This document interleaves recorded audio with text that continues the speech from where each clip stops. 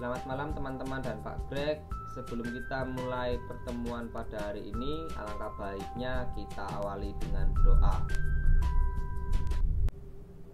Dalam Bapa, Putra, dan Roh Kudus, amin.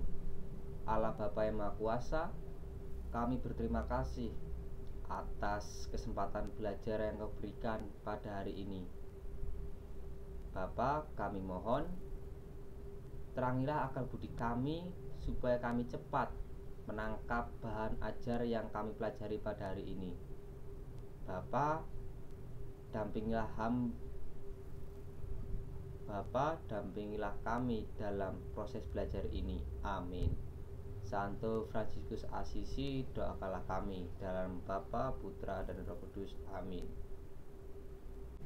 Selamat malam teman-teman dan Pak Greg. Oke, di sini saya akan menjelaskan tugas Bahasa Indonesia pertemuan ketiga. Di pertemuan kali ini judulnya yaitu manusia yang berkomunikasi. Menurut Wilhelm Wundt, manusia itu adalah satu kesatuan dari jiwa dan raga yang berkegiatan membentuk diri yang ideal dalam segala kegiatannya. Untuk mencapai ideal, maka manusia berkomunikasi atau berinteraksi dengan lingkungannya, merasakan dan memberikan pengaruh sehingga lingkungan dan semua pihak di tempat dia berkomunikasi berubah sesuai dengan pengaruh yang saling diberikan keduanya. Manusia berkembang dari zaman purba sampai sekarang. Contoh perkembangan manusia: 1.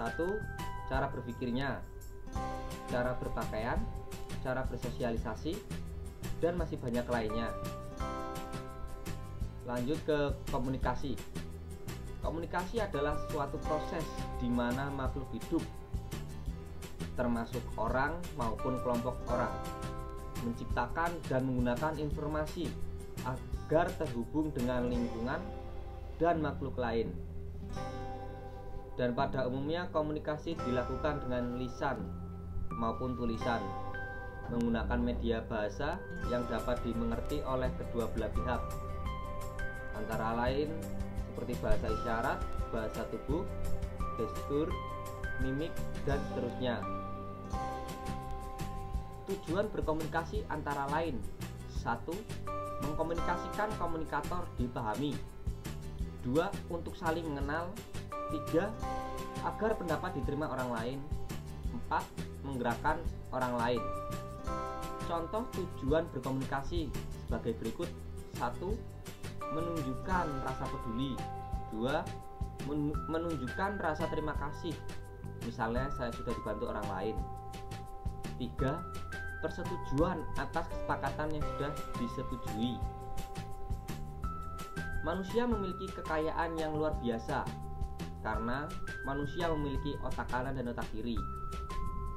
Otak kiri berfungsi untuk mengerjakan tugas-tugas yang sifatnya logis. Contohnya seperti berbahasa, logika, menganalisis, dan masih banyak lainnya. Sedangkan otak kanan bagian yang paling baik untuk mengerjakan tugas yang berhubungan dengan kreativitas. Contohnya musik, warna, kemampuan mengenali wajah orang lain, mengekspresikan emosi, imajinasi, intuisi, dan masih banyak lainnya. Dari berevolusinya manusia mampu membangun peradaban. Manusia bisa bertahan hidup di semua iklim. Manusia bisa membangun gedung. Manusia bisa melakukan cocok tanam. Dan untuk sekarang, manusia bisa membangun pesawat, menciptakan penemuan-penemuan baru, dan lain-lainnya. Di lain sisi, komunikasi manusia mampu menghancurkan dirinya sendiri. Mengapa dibilang demikian? Karena manusia jugalah yang dapat merusak bumi kita ini, seperti contohnya penebangan hutan secara sembarang, berburu hewan langka, mengotori laut dengan membuang sampah di laut.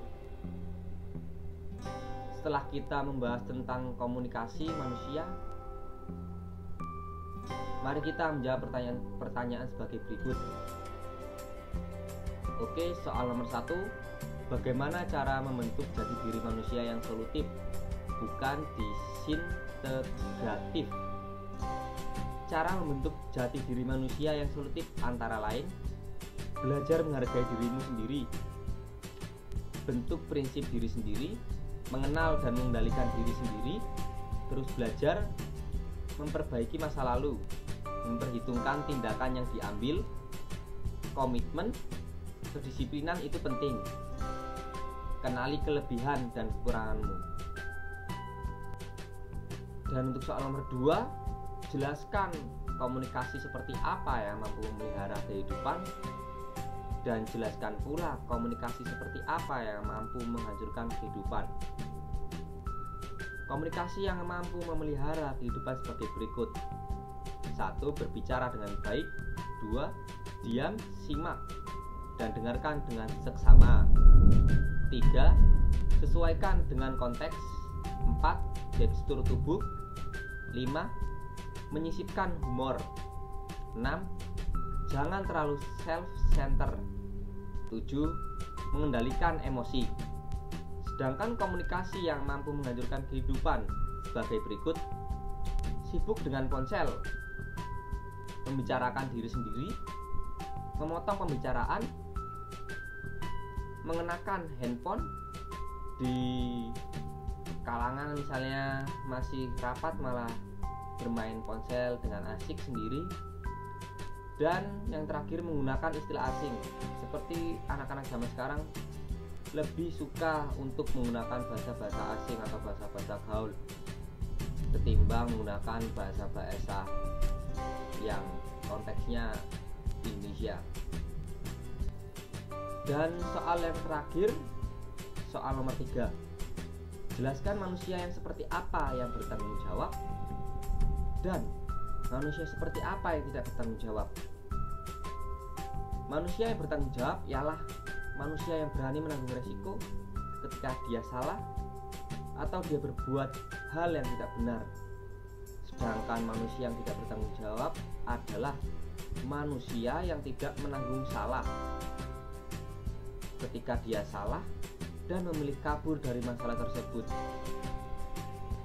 Terima kasih teman-teman dan Pak Greg yang sudah mau mendengarkan materi saya mengenai pembelajaran hari ini mengenai manusia yang berkomunikasi. Alangkah baiknya sebelum kita mengakhiri pertemuan pada hari ini, kita berdoa terlebih dahulu. Dalam nama Bapa, Putra, dan Roh Kudus. Amin. Allah Bapa kami bersyukur atas penyertaan-Mu dan berkat-Mu di sepanjang kami belajar tadi. Semoga apa yang kami pelajari hari ini berguna bagi kami dan berguna bagi sesama. Kami berterima kasih kepadamu ya Bapa. Amin. Santo Fransiskus Assisi, doakanlah kami. Amin. Dalam Bapa, Putra, dan Roh Kudus. Amin.